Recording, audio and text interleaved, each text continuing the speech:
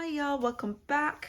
Today I am going to get started on my 2019 Project Life album. This is a family album. I have some notes here. This year I'm going to try to use like a brain dump of all my crafty ideas and thoughts and points that I want to make sure I get across during a video, because even though this is fun, when I first started this YouTube channel, I really wanted to help, encourage, and inspire other scrapbookers. Whichever method you choose, I still want to make sure that there are some things in every video that you can take with you, some tips, things like that. By doing that, I need to write it down so I won't forget as I am talking and filming these videos. So hopefully I will use this notebook, and it's working so far, so good. So again, I am getting started on my 2019 Project Life album.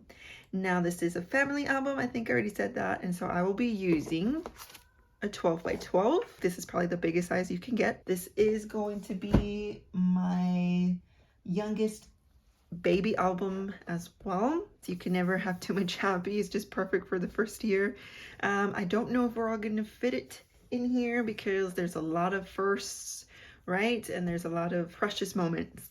So we'll see. My eldest daughter, I did an Echo Park album, and it was a bit extended. I want to say I had maybe 2 more inches added in the spine as far as the width, so I could add a little bit more, which I think they did on purpose because it was made for you to create a baby album. So Echo Park doesn't have that anymore, so we're hoping it'll fit here. If not, I could buy another one at Hobby Lobby, the same one, and it'll just be a volume 2.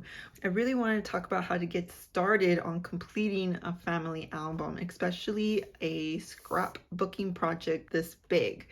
It could be intimidating and overwhelming. So hopefully my process of starting, during, and then completing will help y'all and encourage y'all to get your memories documented. There's a lot of fun to this too, okay? So like this part, I don't dread it, even though there's not a lot of pretty paper and embellishing. Maybe it's the organizing part and the sorting part that I like. Just have fun with it. Know that the overall goal is that you are literally the author of your family and you're writing their stories, and that is amazing. So first what I do is I figure out the album. So I just said a 12 by 12, right? Yeah. The size, the page protectors, I have them all. If you need to, decide on what size and then go to the store, buy it. Some people do mini albums, so some people might have 6 by 8s and then buy the page protectors that coordinate with the size album. And then what I do next is I go through my photos, what's printed and what needs to be printed. In this box are 2012, 2020 photos. Now, a lot of these have already been scrapped, so that's why I could continue just using one box. But let's say someone gave me a photo from 2013. I will put it in here. Yeah. So a lot of the photos that I have already printed and put in this box have been scrapped. Keep that in mind, because if they weren't, then I probably would have 3 boxes. So I'm gonna go to the year 2019. Okay, I'm recording this on a different day. Sorry, y'all.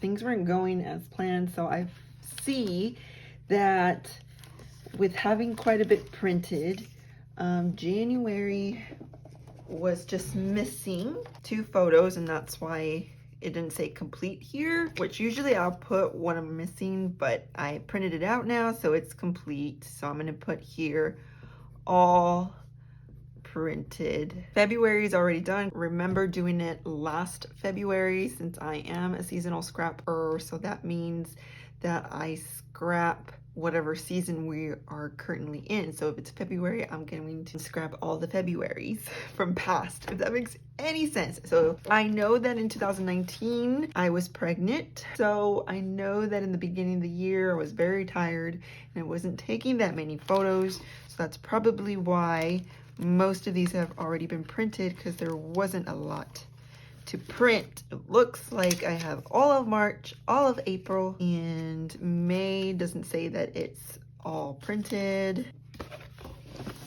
So what I'll do is then I'll put this away, and then whatever months I have already completely printed from my phone, I will put these in page protectors.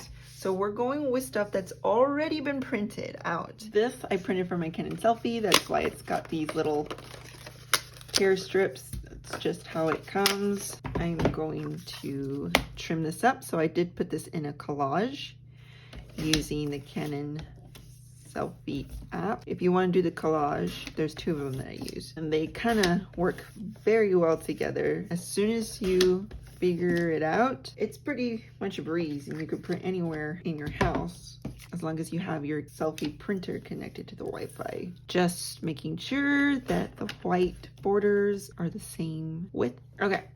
So then what I'll do is I'll put them in page protectors. I already have this one picked out. I think I'm going to put that there and have that there. That'll be a story, and then this is a different story. And of course I can always move these if I want to. Nothing's permanent. So January, then February is already done. Like I said, let's do March. So then I'll get all of March photos, and then I will see what I have. So I have this big one, and then I have this collage, my first bump photo, public announcement that little baby Barble #2 is coming. These are quite big, so I have quite a bit of 4x6s. So I think, well, this has 4x6, but how am I going to fit that one, you know? So I'm trying to see if I have another page protector. So I've got this one, but then I have all of these, right? This would look real cute. Yeah, but then I have all of these. It's just not going to work. And this is why I use different kinds of page protectors, because I don't know what mood I was in. I was pregnant, y'all. That I was printing these in such a big size.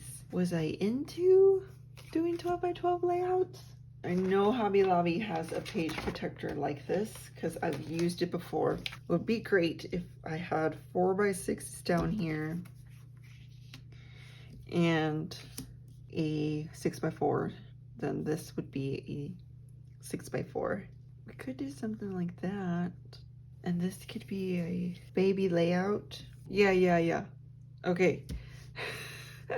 Here, I'm gonna get some washi tape. This is a good example if you get photos and they're in different sizes. I'm just gonna put these with washi tape for right now so I can know this is the kind of page protector design that I'm looking for. It's going to be 4x6s in portrait mode. Something like that. Nothing's permanent. Probably gonna say that a lot through this process because I keep telling myself that in case I'm like, oh no, it can't be there. It's gonna be okay. Then I have the bump pick, right? Just gonna put this one to the side there so I can know that in the album it's going to be like this. So I'm looking for this one, and it's going to be a full-size layout because it's going to be about the announcement and my first bump pick. I'll just put it there. And there's March. Okay, let's look at April. What did we do in April? A 6x4. This was Easter. So here are 3x4s. So it looks like this is going to be a popular design. This is April, so I'm going to stick that in there. Okay, let's go ahead and put them in their pockets. So now there must have been a printing error as to why these are not full 3x4s, but I won't waste photo paper. Photos are printed. That's the important part. I know we all have a ton of cards. So what I think, instead of printing it again to make it a full size, I'll say, you know what, I have so many cards. Great way to use one and use it as a background. Then I'm going to go to the back. And then we went to Ohio. I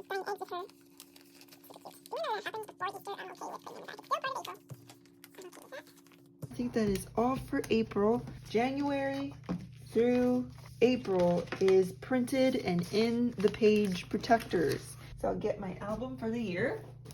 Here we are. and put them in. You could do this for the whole year. You don't take a lot of photos, you might be able to do a whole year, or you could do 6 months. I did 4.